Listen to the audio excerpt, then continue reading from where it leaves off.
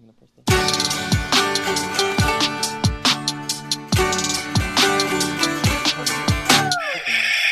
Over the thing because we can't hear it because we're in the same room. Because we're talking over what? We were talking over. It talked all the way over the rooster. Na, na, na, na, na, na.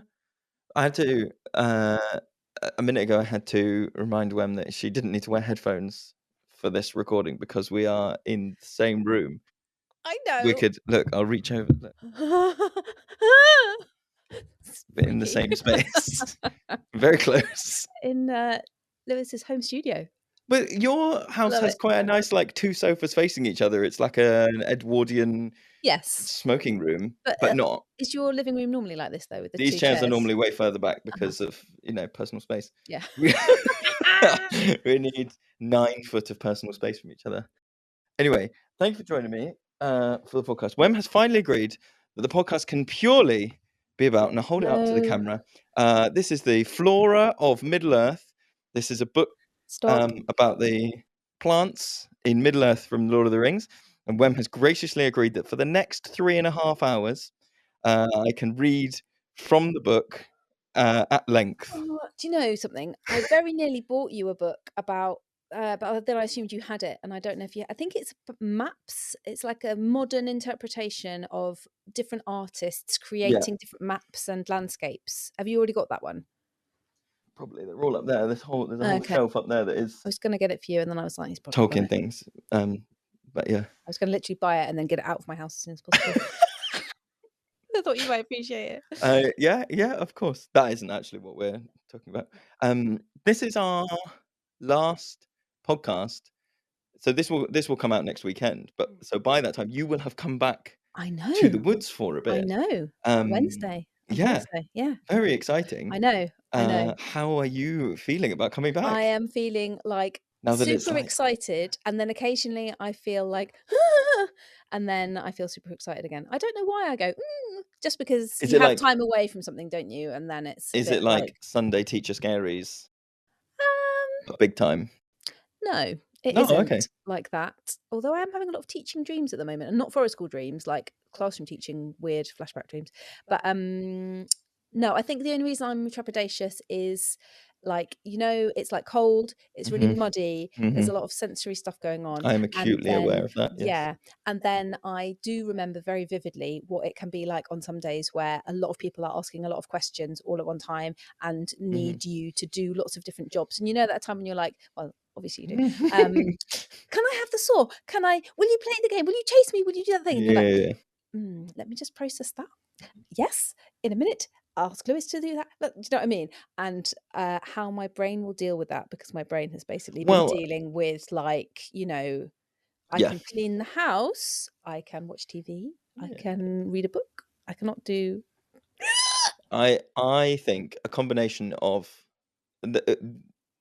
We'll check back on this next time because then we will have the answers. But I think people have been somewhat prepped to be like. She's done nothing for 6 months, guys. Chill. So when they go, can you chase me up the hill? I'll be able to go, no. I don't even think you will get asked. I think everyone is very excited to see you, but I think they know I'm disabled. That's good. But just that they're conscious, and because I've been because it's been also because I've been quite open about, like, where everyone's going to go, when's Wem coming back? And she's got to make sure she's ready for this physically, also mentally. She hasn't done that much stuff, so we need to, so there. Basically, treat her like an old woman. We've said that we can't remember anyone's name. We've got 2 armchairs in the circle that we get out with blankets, and we said we're just going to put you and our 80-year-old volunteer. We'll just put you next to each other, couple of blankets. We'll bring you some bickies. And you can stare off into the middle distance and both talk about birds. Okay, excellent. I'm in. Any anxiety I may have had has now faded away. So that's great. Cool.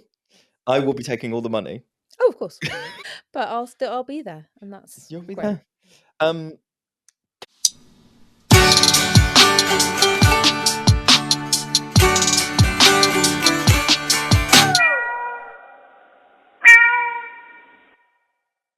This episode of the Forest School podcast has been sponsored by Tensile.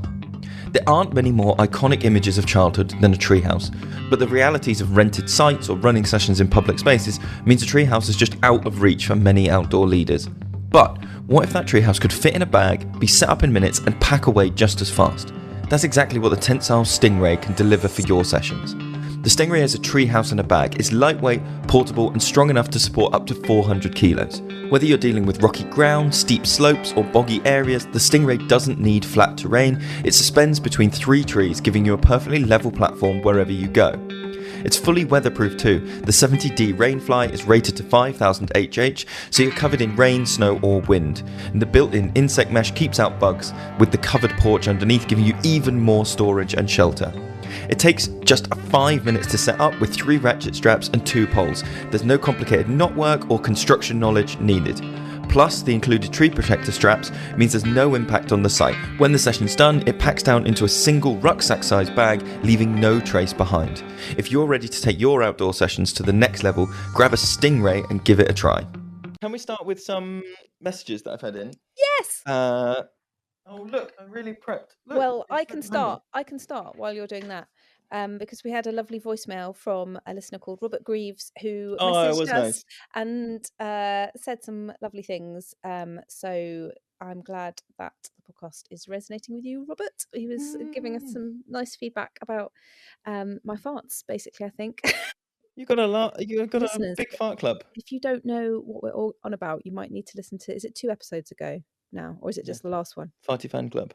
It's the start of season 2. It's episode 204. Yeah, where we talked about and again, if you don't know why we're saying like, oh, you're coming back to the woods, oh, you've been away, so yeah, I've had treatment for cancer, but I'm back now and I don't have cancer anymore, so that's good. And yes, and thanks people, Robert, thanks for the nice feedback. Appreciated your honesty. Yeah, and yours and mine. This is also a very honest thing. I've had a couple of people for oh wait, I've got a jingle, hang on. If you want this choice position, have a cheery disposition. Rosy cheeks, no wood. Play games, all sorts. Play games, all sorts. Play games, all sorts. Play games. I'm blocking pipes in the compost toilet, stopping a squirrel attack. Dressing up as a minotaur and getting whacked by sticks in the back. I am a leader, a crafter, a storyteller, a first aider, an athlete, a clown. But my paperwork just as far as schooling. We're gonna try and write all these jobs down.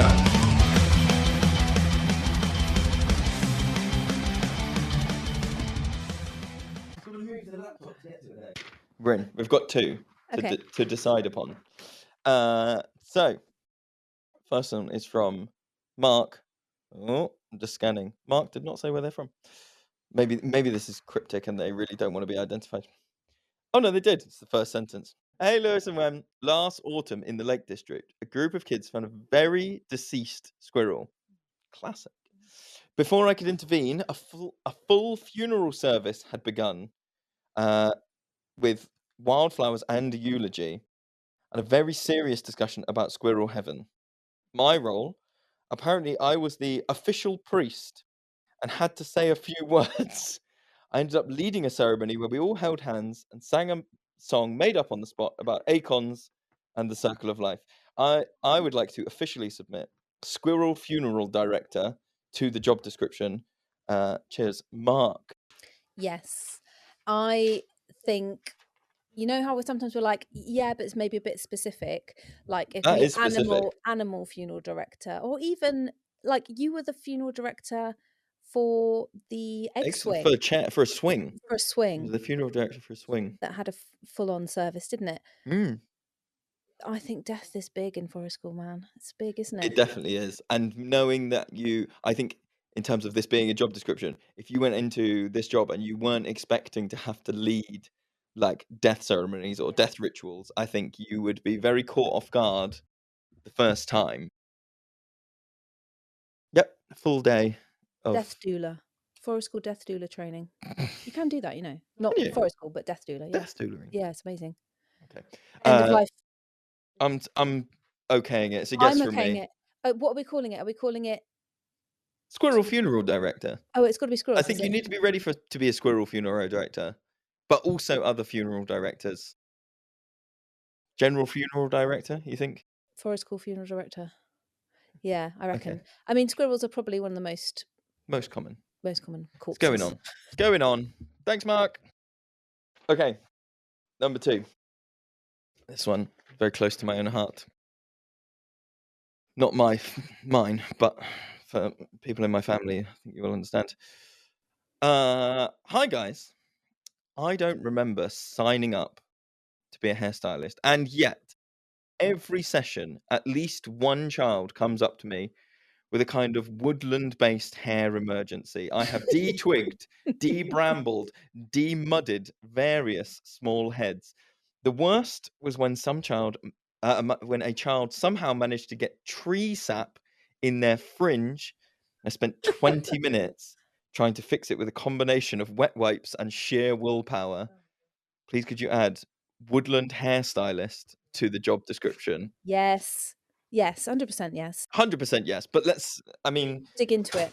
Oh, What have I hello. just pushed off there? Whoops. I thought this person was going to say just the general hairstyling where people start off going, yes, wild and free, my hair is at one with nature, and then they decide that really that shit needs to get off their face, especially because they're firelighting or something. Yeah. And so I don't know if they're still there, but I put some hairbands in the firelighting tools box for that reason. That's a And good then idea. somebody, always needs their hair putting up in a ponytail. But we've also had like paint deliberately Paint in hair, like blonde people dyeing their hair black yes. by painting it with watercolor Yes, paint. I can remember that day now. But luckily I wasn't really asked to do anything about it, I don't think. I just had to have a little chat, a changeover at pick up. Yes, I think we made the I call. think I removed I any think of we it. made the call that it was all we're going to wash out, and Yeah. the people, I think importantly, those kids had come to many days at the woods before. That was not day one. Here's your kid back. This is forest school. But I also think there is something about a hairstylist where, and as someone who's not follically endowed, you do need the ferocity with which people will come at you if you're like, oh, one of your pigtails has come down. It's not a pigtail, it's a braid. You fucking idiot. Sorry, I've got no hair, and so all of these words are interchangeable to me. Somebody sent us a message to say that I sound like I've got hair. Yes. They also said I was beautiful. So Yeah, but they didn't say I was beautiful. They just said I sound like I've got hair. Thank you very much. Oh, sorry, that was from Becca. yeah. Thank you, Mark. Thank you, Becca. If you have got things you would like to submit to the Forest School job description, you can email admin@theforestschoolpodcast.com. You can find us on Instagram, Facebook, all the other ones, YouTube, TikTok. Find us somehow. Oh, we've got a website as well, forestschoolpodcast.com. You can send us these things. We will judge them, decide if they go onto our ever-growing list of Forest School job description on our website. Thank you very much. Okay. What would you like to do next? We can surprise student, or I can tell you my idea. I've had a thought. I think I would like to hear my thought. Yeah. Okay. This is my thought, and I frame it as a thought because I'm not here standing being like, this is the thing. Yeah. It's just a thought, which is, I have invented the term in my head, nature saturation. I was really exploring like, is there a saturation point for nature? Why does that exist in my head? Why does that sound like that? Are you going to punch yourself with a microphone? I'm going to try and move it up a little bit because it's sagging. Yeah, go on. And so I was like, okay, what do I mean by that? Well, the thing I punched off was my notebook with my notes in it. Notes. This is the OS map of the woods. Of our woods. So if anybody zooms in on the video, okay, so here's my notes. Right. So I was thinking about nature saturation and thinking about like what is the best example I can give of like hyper nature, like complete saturation. And I was imagining those settings where um with the best will in the world, the only thing that's going on is nature. So you're going into a natural space, let's say you're doing outdoor learning, you're doing forest school, you're doing whatever else. As you walk through the door, everybody is required, or the archway or whatever, everyone is required to change their name and be like, now you have a nature name. You have to be like Liony Lewis, or you have to be like Wagtail Wem, right? And you have, and so like, not only are you in nature, but now your name has to be about nature. And then that the topics of conversation around the circle are like, tell me about an animal that you love. So you're in nature, using a nature name, talking about nature. And then adding on top of that all the things that are like, all of the camps are named like Willow Camp and whatever, and all this stuff. And the games that you play are like, these are the nature games, and the books that are available are encyclopedia books, or the stories are all like deep nature stories. And thinking about that, like nature, like Yep. that's it. Yeah. And thinking like, oh, what is that experience like? And what is it is there a point at which people just, and it would be individual, obviously, but is there a point at which you just have to go, that's going to be too much nature for them? What do you, Yeah. do you know what I mean? That Yes, I example of do. like I do. hyper, Yeah. you know, As you were describing it, I was like, I have actually experienced a day like that. yeah, It was, and it was just a kind of one-off workshopy thing, and I was helping out. I wasn't running it, and it was with a primary school locally, and it was exactly that. Exactly. All the games, nature themed, Yeah. nature names, favorite animal, stories about animals, tree planting, or games very Yeah. much like we're pretending to be this animal, we're making animals out of clay. It was 100% nature, 100% of the time. Mhm. And I obviously, because I didn't know the kids especially well, it's very hard for me to try to read, is anyone getting completely like, Yeah. I'm over this. But also because it was a one-off day, I don't think it was too much, because it was almost like Different this expectations. is Yeah. a day, and it's almost got to be that way. It's almost got to be completely immersive for it to make sense. Mhm. It hasn't. It's not really forest school, Ooh, is it? immersive is an interesting word. Well, it's immersive in nature, as like that's the theme of today. That's what we are doing. So that if you went Right. home and somebody said to you, "What have you been doing today?" You're like, "It was Nature Day, and we did." It wasn't called Nature Day. Sure. But do you know what I mean? Sure. Whereas if you were going and doing that every single week, is there a point at which that isn't forest school in the way that we understand and interpret the philosophy of forest school? Because they're, again, like when people say they're forced by their setting to study the Romans in forest school or whatever, in the same way, you are being very narrow in your focus and what is allowed to be spoken about, what is, so you're not, if you're very rigid in that, like, no, we just do nature here, we don't do anything else, then the way we interpret the philosophy of forest school doesn't align with that, because we say there's kind of there needs to be space there for people to bring their own interests as well, which might not be nature aligned, and that is where a lot of tension does happen, I think, because some forest school leaders, I'm sure we felt the same thing, haven't we, where people like bring either a theme or a toy or something from home, and we're like, that's tipped some sort of scale, that's readdressed some sort of balance. Absolutely. One of the things that I wrote down was this idea. So if you haven't listened to our most recent episode, we were talking to Dr. Naomi Fisher about teenage burnout, and we were talking about this idea of like not having autonomy, and also subjects being very, the word I've written down is siloed. Like you're just doing French, and now you are going to go and do this, and now you're going to go and do this. And whether like, as much as like forest school has the possibility to be holistic, I think you could argue that you are not necessarily being holistic if all you're doing is siloing the nature into this, like the nature exists here, but not only does the nature exist here, it's the only thing that exists here. I'm open to being challenged on this, because I think it is when you said nature is the only thing that exists here, Yeah. I thought you were going to say the only place you will experience nature is here, because that's also true for a lot of people. But yeah, So in that way, you could argue the other way and say, actually, you've got to get it all in. you've got to get it all in, and that has got to be the focus, Yeah. because when else is this happening for children?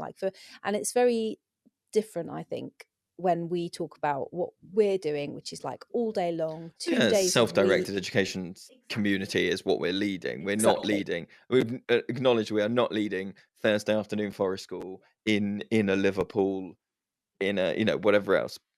So I'm trying to acknowledge all those things and be like, okay, but is there a nature saturation point? And this is just an argument that I'm kind of putting forward, is like, is there a nature saturation point for those people out in a thing in Liverpool? And could you draw conclusions that potentially it's lower for people who are for whom this is their only experience of like nature time, because it's so alien that actually the amount that they can take in is like, I'm being in nature, and anything past that is like washing over me, doing whatever else.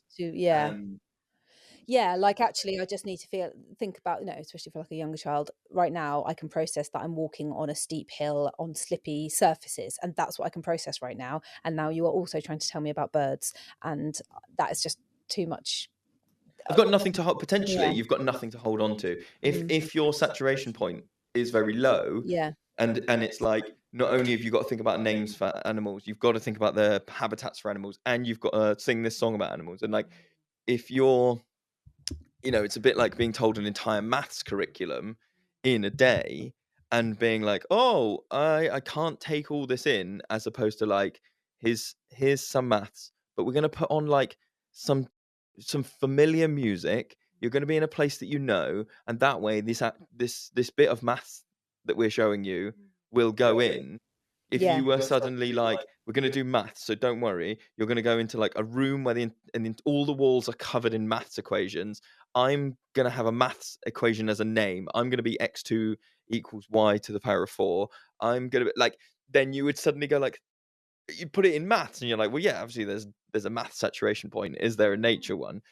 I think, and especially if you're thinking about accessibility and inclusion, not every person is going to love being outside in nature. True. For many reasons. And so if you only focus on that, as you're describing, and you don't allow any flexibility for, as you say, the familiar, the special interest, the thing that people feel comfortable around, feel safe around, are interested in already have knowledge of, because that's the other thing. There's that kind of imbalance of power, isn't there, where we as a nature connected adult with a lot of experience and training and knowledge of nature then effectively place ourselves on a pedestal. If we're working with people who maybe don't have so much nature experience, we are the holder of all of the knowledge. We are the people who decide where we're meeting, what game we're playing, what we're looking at, all this sort of stuff.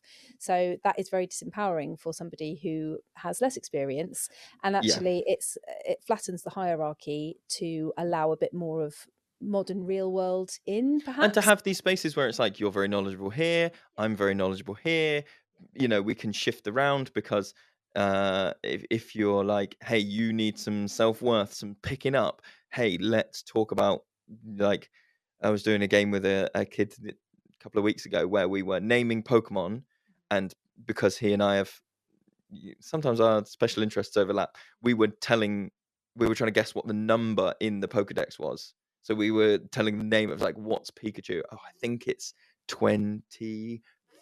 It is 25. I'm pretending that I don't know. Love that. But we were playing that game because I was like, you need some self-worth. You need some picking up. If I'd gone like... Were you walking around or just sat down next to each other, or what were you doing? That was our like intro to the day. Like they arrived and were like, hey, I've got this. And I was like, yeah, I can see where you are. Let's play this game. Straight out the gate or through the gate, you can be bigger than me. Whereas if I had modeled like, let's see who can name the most trees, let's see who can hear the most birds, let's see who can like, And also, if you had said, no, stop, don't talk about that thing. We haven't done our nature initiation ceremony where we knock on the gate and allow. Which has a place. Exactly. And I want to really say that because as we're chatting, I can also totally see, because I love nature, right? Like we wouldn't be. This is why it's a thought, not like, I'm not standing on a box and being like, hey, this is how we should all do it. I No. just think it's worth engaging this idea. So I can see both approaches as being completely brilliant. Like I can also see that like absolute cocooning of the like other world this doesn't is exist. a magical place, and it totally depends on your setting as well, doesn't it? Like there are some settings which really lend themselves, you know, like when we go and see our level 3 students doing their sessions, and people approach it in completely different ways, completely rightly, and some settings just are that like magical Narnia world, and some are real life. You can see the school. You can see or the at the school, back, you you can know, see people the are knocking on the road, window that half- overlooks it. Yeah, It's half the stuff in the forest hall space are human-made items, like plastic school chairs and plastic toys and things like that.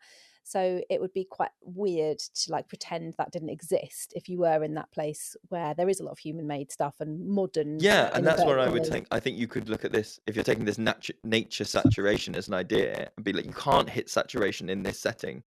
There's no amount that because you can throw names and songs and whatever else, because the environment is not giving you points towards the saturation. You know, like if you're thinking sugar in the bowl, sugar in the water, then if you're in a particularly cocoony environment, even before you get there, 5 tablespoons of sugar have already been added to the water.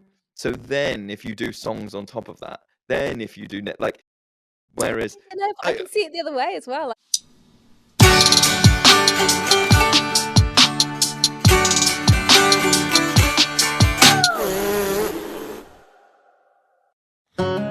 This episode of the Forest School podcast is brought to you by Chris Holland's Nature Connection.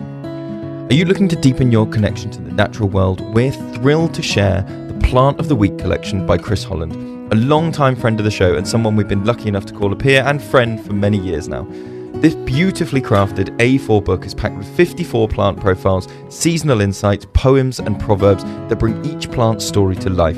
It's a brilliant resource for anyone on their Forest School leader training journey, or for sharing with parents and support staff who want to expand their nature knowledge and feel more confident in the great outdoors.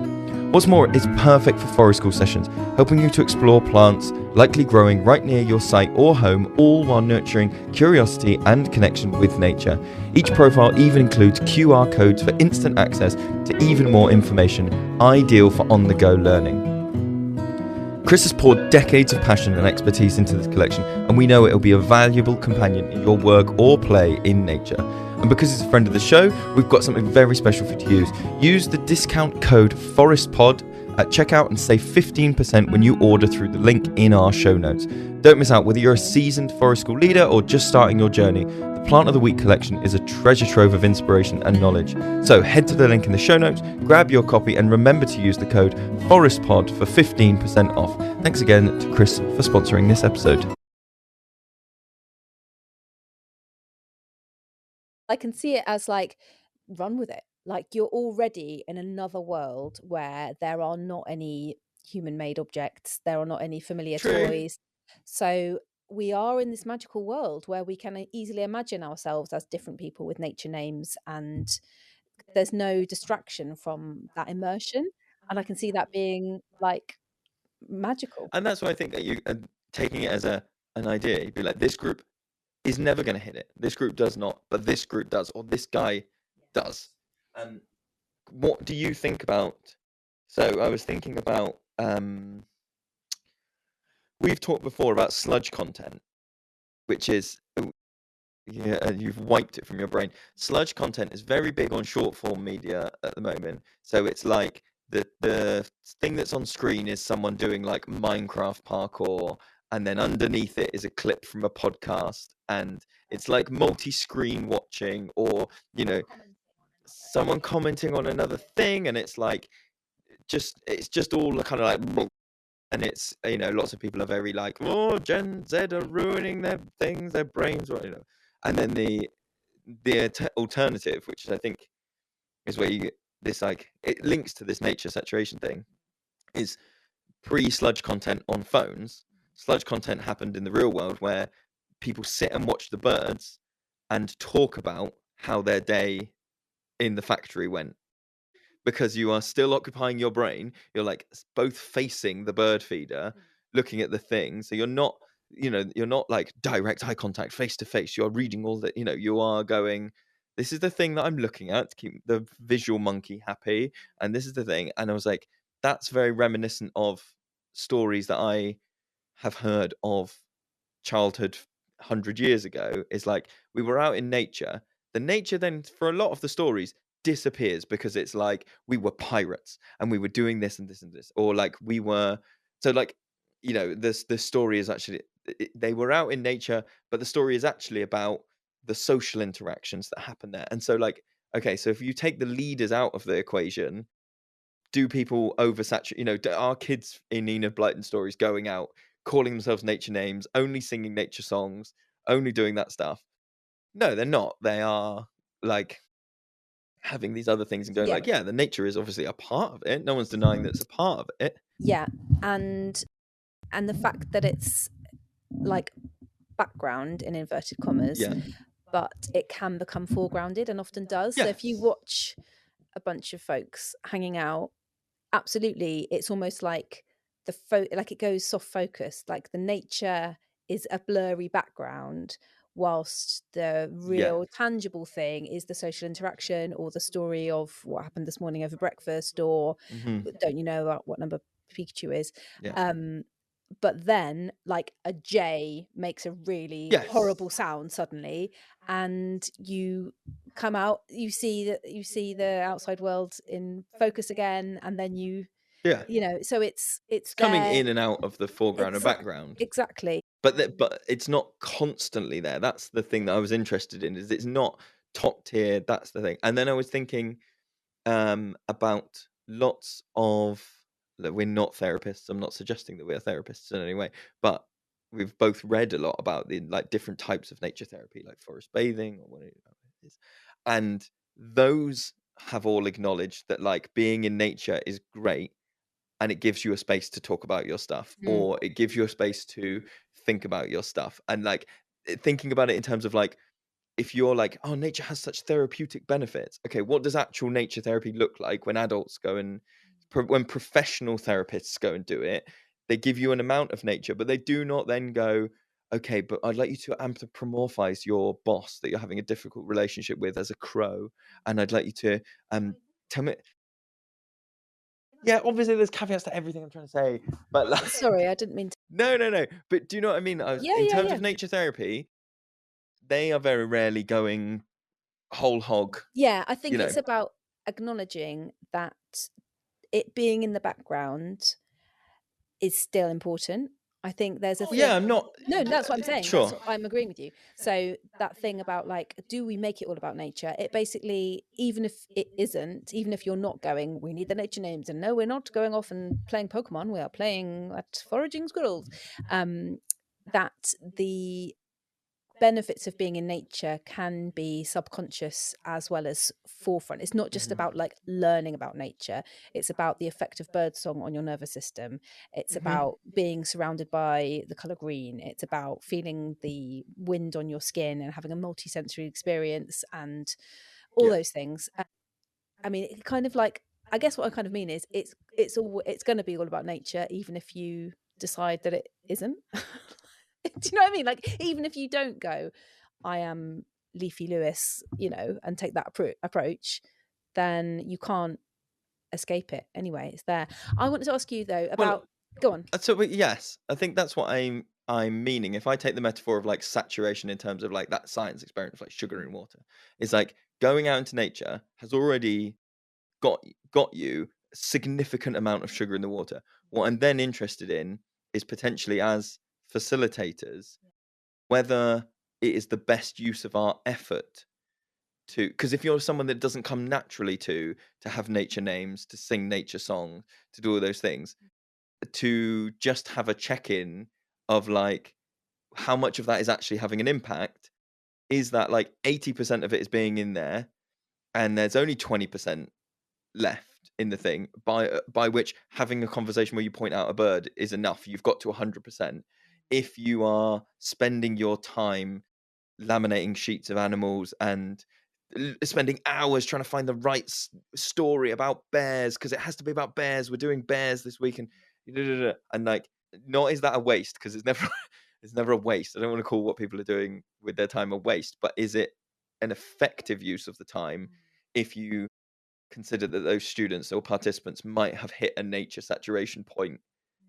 Then I'm interested in the, like, okay, so it's easier to just go in with a bit of like, what's going on the traitors? It's easier to go in with a bit of like, I'm reading this storybook, and that, if you, do you know what I mean? Yes, I do know. Effective use of time Yeah. when thinking about this saturation point. Do you think, as you're thinking about this in an experimental way, do you think that hitting saturation point can have like actual serious negative consequences? Yeah, I think, because I think, like we were talking about, I think the siloing thing can have negative consequences, where if you, let's say you've hit saturation point and you are desperate for anything to cling on to that you understand, that you are like, this is from my world.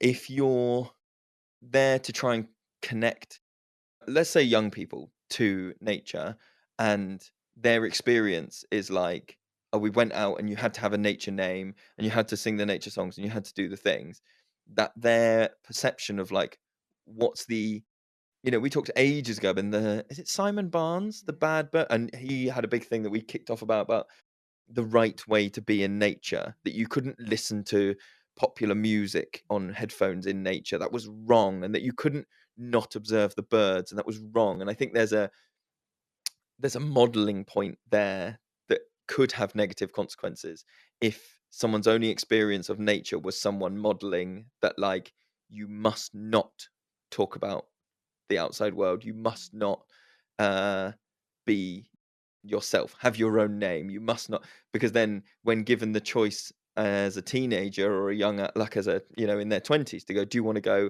hiking, if all your associations are like, well, what does hiking mean? Hiking means walking around and just talking about the trees we can see, and just talking about the things that we can do, and just talking about the birds that we can see. No. And wearing waterproof trousers. As soon as you said Simon Barnes, all I could think about was the bit in the book where he says all that, like, and I see a person jogging with headphones on. Yeah, it's and I think real they're an idiot. judgmental. And also, the most amazing and magical thing that you all need to know, all of you just need to know this, and it needs to be the most amazing thing: waterproof trousers. Everyone needs waterproof trousers. He doesn't say everyone needs it, but he's like on a thing about waterproof trousers being magical and incredible. And I'm like, ugh, get in the bin. I've worn shorts all. I hate waterproof trousers so much. All winter this year. It's been great. Anyway, sorry, we've picked a scab. If you want to go, not sorry. Maybe he's written something really great that we haven't read yet. He's written another one. He's written another one, and I was like, "Do you want to read that?" And you went, "No." It's because he was also sexist in that book, and I can't remember why or how, but he was. Okay, if you haven't listened to that episode, please because we don't have time. We're busy people. Can you go back, listeners, and listen to the episode about Simon Barnes? Did we do a whole episode? We did a whole episode. Slagging off his book. Oh dear. We did. We really did. Can I ask you a question? Yeah. Or were you going to say something? No, I think the podcast is better if we talk to each other and you ask questions. Okay.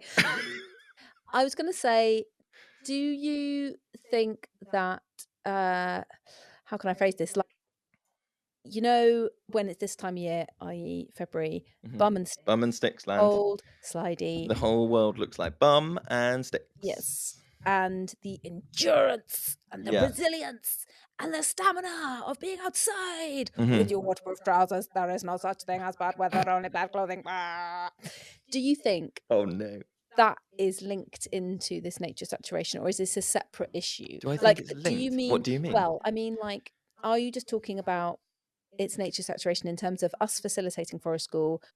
Don't jam too much sugar in the water, mofos, chill, and just put some ice in there. Or do you also think that part of nature saturation in your consideration of facilitating a session is like, where are my group at? How are they dealing with the bum and sticks? They are nature saturated in this other way, in terms of like, just like nature. Oh, Do you know what I mean? The I know. Yes, I know what conditions. you mean. Because Like, I is that think also part? what we've been describing. Let me tell you what I think I'm hearing, and then you could be like, not that. What we've been broadly describing has been either ambivalent or positive nature practices, like having names is like a lovely thing, and the songs are a lovely thing, and the benches are carved with nature animals, and that's a lovely thing. And it's very interesting to talk about nature saturation with like lovely spoons of sugar, but you can also put salt in the water. And are you saying that you can hit saturation point of like the negative bits of Too much nature, man. nature can also be the Overwhelming. yes, because also if you there's a degree of, I think, self-preservation through escapism Yeah. that you need to do if you are outside in winter, because if you are like, it looks like bum and sticks, the whole site is mud, and you're like, I can just about, if you're like a 7-year-old who is like, this is not my fucking bag, right? This is not the I mean, thing. whose bag? I mean, it's not. Well, Is it some people anyone's love sliding around on the mud and doing Yeah. whatever, but yeah, for the sake of argument, it's not this person's bag. And then when they get out there, they are given no opportunities to go like, I'm just going to think about Pokemon. I'm just going to think, because they are encouraged to like pay attention to the mud. Isn't the rain nice? Have you thought about the feeling of cold in your toes? And like, like some sort of masochistic Zen Buddhist Yeah. being like, Yeah. focus on the now. Shit, isn't it? But Yes. Yeah, that is what I mean. And absolutely, like, we are generally pro outdoors, I should say. oh, totes. But also pro going, it's shedding it down. Let's all stay underneath the parachute with a fire, and then let everybody get all the blankets and pillows out and make a bed. Yeah. And then, but they pretend they're in their house. Yeah, escapism is important. Always happens, Yeah. doesn't it? And also, if you want to frame it this way, escapism is often talked about in those like survival and hardship circles, because they talk about like imagining yourself next to a fire. If you're feeling cold, imagining yourself in a thing. So anyway, that's by the by. I don't think it is by the by though, because I think it is like an amazing thing. I mean, maybe you could. I mean, I don't like the. But I think you're still focusing on outdoors then. You're still saturating on outdoors. You're just picking the nice outdoors. That's why I bailed on that, because I was like, well, you're not in those hardship circles. You're not necessarily thinking like, if you're cold, they imagine, like, say, imagine yourself next to a nice warm fire. They rarely go like, imagine yourself next to a fire type Pokemon who is like keeping you warm. Yeah, but like the kids in our woods will imagine themselves in a human-made house I with see. human-made blankets and all of that stuff. It's not like they are They imagining imagine themselves out of nature. nature. Yeah, okay. And that's okay. And like I was going to say, I hate the word resilience. I think it's used a lot of the time to clobber people into doing something they don't want to do. But you could argue that that is what's going on through that like imaginary escapism. Together, we will make a nicer imaginary world than this currently slightly challenging one. And how that actually is really beneficial for you, for a human brain to be able to do at certain times in life. Yeah, I think so. And maybe that is what resilience means, but anyway, that was a very enjoyable waffle around subject. I would be interested to know what we've got a lot of comments this week. People have really commented on the podcast. The last season 2's getting comments. Season 2's getting comments. It's ruffling feathers. Yeah, let us I'd know be what you interested think to about know. nature saturation. Like, Yeah. is it a thing? Have I completely gone off the rails? Has anyone changed their practice? Has anyone gone, I used to do it this way and now I do it this way? Like in terms of like nature games, nature songs, nature names, or does anybody do one style for one group and one style for a different group? That's what I think people. That kind of should- thing. Yeah. I mean, I'm guessing that people might say work with younger children involves more of the naturey stuff, but I might be wrong there. Yeah, we'll have to By see. naturey stuff, I mean the songs, the games, the names, all those things. Let us know. Find us on Yeah. social media. Email admin@theforestalpodcast.com. Yeah, that was intense. Yeah. My brain hurts. Oh, Is it secret student time? secret student Oh, is time. it surprise? We always say the wrong thing. We haven't got the spinner this time. Would you like to? Can I spin? Can Do you you? want- No, you go first. I'll spin it for you, or No, you I'll want? spin it for you. Can I spin it for you? Yeah. Can I? You just press it, I think, in the middle. It's in the middle. Okay. Do you need to play a jingle?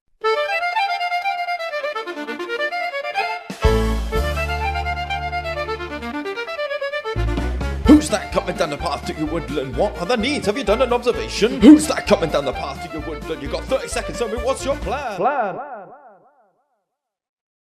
Oh, that's topical. I got Pikachu. Play the jingle. I'll put it in later. Okay. Put it in later. Okay, 3 questions that I get about Pikachu. Is it just Pikachu, or is it also Ash and crew? Oh, let's say it's just Pikachu. Just Pikachu. It's like 1-to-1. Okay, and Or there can be other people there, but not from Pikachu World. you called it Pikachu World. Need a minute. Okay, so it's just Pikachu and things. Is this like after the things that have happened in the like TV series world, or is this because Pikachu goes through a lot of emotional and social changes through the TV show? So I need to know at what point this I'm is. afraid I can't specify. This is between season 3 and 4 because my knowledge of Sun and Moon and gochujang, and it's not gochujang, that's a spicy chili sauce. You know, what is Okay. horizons, Okay. journeys. I Okay, don't, that's fine. We'll go through all that. Can you tell me a bit about the setting that I'm in? What is the space that I've got to work it's with? our woods.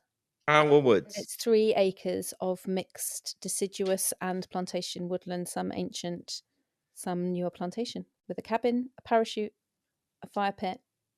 Okay, I'm ready. Go for it. Okay, so I think first thing I'm going to do is be really mindful of the fact that Pikachu has gone through a lot of like separation and hardship, and has some possibly, I think I'd be going through like attachment theory lenses, and I'd be looking at like games where they're not on their own. I think I would be making sure that anything we did, it was like sardines, so it's like, oh, you're hiding in groups. I think I would go off like that. Lots of like team games where people are using their strengths, but it's always like 2 people doing the thing, or 3 people doing the thing, or that's my time done. It's too short. I wanted to know more. I wanted to know about how, like, communication. Well, communication, I think you could do, because in that world, the Pokemon do talk to each other. They understand each other, but even though they only say their own names. And also, there are some times where humans understand the Pokemon. So I think you could definitely do that, but I wouldn't be including any like literacy or like, I was just literally imagining real Pikachu turning up in our woods with groups that we work yeah. with, and I was going to ask how you are going to prepare or deal with the fact that like the entire day will be, oh, cute, oh, D- picking d- him up or them up, stroking them. Look at the little face. But we have, but and we that would have just that. be me. We have that sometimes in the groups when, I know, because we do mixed age groups, and sometimes when someone That's why comes I who's a said bit it. smaller, it's I like, know. Oh, a little baby. I'm gonna use them like a toy. No, they're a person. Could you put the person down? They're a person. You know. Yeah. Yeah. Yeah. I sometimes have to say I am alive as well. If they do it to me. No, like they don't go, oh, cute to me. Obviously, I'm not the little baby, but they sometimes do forget that I'm alive. So I have to say, you know, like if you enroll and they are battering you or poking you with a stick or whatever, and you're like, okay, I'm alive. Well, I imagined you doing it like the song that Chris Holland taught us. I was imagining from beneath like a witch's costume, just I am awake. Okay, I'm gonna spin this for you. Okay. Ready? I'm gonna point it at you. Oh, do you want me to read it? Yeah, you Okay. have to read it. Oh no. No, Is it a Lord of the Rings one? 'Cause No. I won't be able to do it. it's Thor. Thor Ragnarok. Thor Ragnarok. Is this after Love and Thunder? No, I'm gonna say that this is exactly. I can't remember which film it is. This is Fat Thor. Yeah, that's the beginning of Love and Thunder. Yeah. Okay, so but before he's met his adoptive daughter. Yes. This is like Thor in a bit of a pit. Thor is in a pit. Okay. Question. What do you think you know about me? Is is Thor attending like a men's mental health group in the woods? Or is it is he just coming to regular forest school? It's I think it's a it's a well-being group rather than a mental health group. It's like an adult well-being regular meetup. They've been like green prescribed it. Yeah, okay. One more. I'm just trying to buy myself some time to think about my strategy whilst pretending to think about a question. Is it mixed gender? Is it any gender can attend? No, I think this is a men's well-being group for this. Are you ready? Ooh. 3, go. Oh my god. Well, I think I need to consider that Thor has some unusual skills and strengths, whereas physical strength, tool use, etc., which he may not be entirely in control of right now, given the state of his mental health. So I think I'd probably he'd find it uncomfortable, but I need to get the balance right between not going gung ho down the tools of physical strength route, because I think then he's going to alienate people by accident. He's going to be like, check me out, I'm amazing. Time. Oh. Yeah. Can I carry on? Yeah. And so therefore he's not going to link necessarily with people, and also he's not going to potentially access the vulnerability that perhaps he needs in order to move on, and he's just going to potentially focus on that. Yeah, and like I'm chopping wood at the speed of light for the rest of the time, but at the same time he needs to feel safe and like competent. So I think if you tried to do tool stuff, they would almost not feel any challenge whatsoever to it, and it would be like, what is the point? Don't worry about it, I can sort all this. No, I think it'd be the opposite. Right. It'd be like just like, what's the point in this? This is, chopping wood has an element of like physical exertion to people, which is like a sweet spot of challenge. If it was like, what, I just have to touch all of the logs, do I? Okay, that's actually not that interesting. I think I would go down the like games route quite heavily. I think I'd do games where he wouldn't necessarily have that much more of an advantage over other potentially more humans. Hiding games, stealthy games, things where you might end up being in fits of laughter because you made a prat yourself and all those things. Yes, I like it. Guys, if you have suggestions for surprise student, people you want to put on the list, real or fictional, you can get in touch. To say, as I mentioned last time, podcast is only made possible by the people on Patreon, patreon.com/The Forest School Podcast. Some new people have joined. I'm getting letters out, little postcards out to them. We really appreciate people supporting us on there, because it means that we can make the podcast, and it means that if you're listening to this and you're not on the Patreon, it's because those guys have been like, yeah, make this. These people should hear it. If you can, chuck us a couple of quid a month. We really appreciate it. It helps to pay for like software and microphones and things like that. And books. But if not, then please enjoy the fact that the podcast is free to access on all the different places. And we've got some exciting guests coming up. Oh, so many exciting guests. So this week. Oh, yes. Right. See you next week, mate. See you soon.